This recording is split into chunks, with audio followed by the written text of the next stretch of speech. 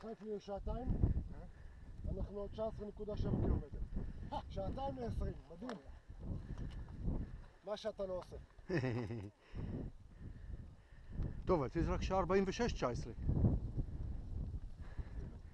אתה התחלת עוד לפני שיצאנו. לא, אבל יכול להיות שיוציא את העמידות הוא לא סופר. אולי רק את הנטו.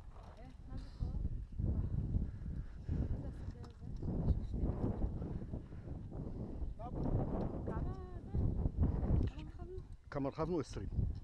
זאת חצי. כמה אצלך? אין לי. יש רק שעון. זה גרוע. כמה קמ"שים עשינו? 19 וחצי. בסדר?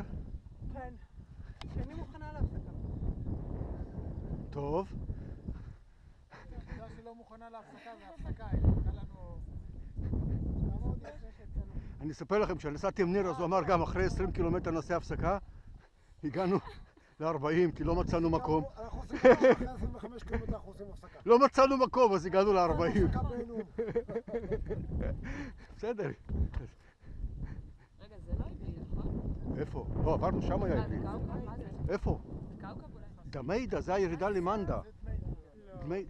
אם נוסעים... מנדה, וואו. וואו, אם נוסעים ממורשת... כאילו דרומית כבר. כן. הבנתי. מנדה זה פה בעמק לפנינו.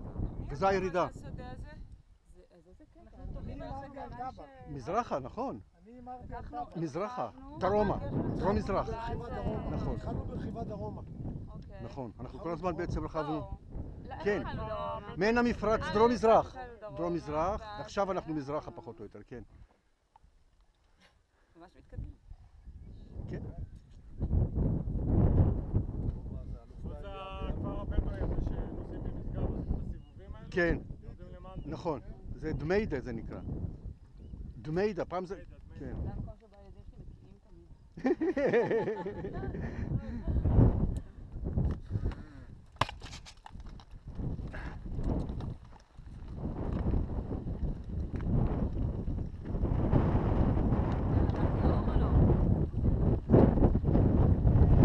לא צריך.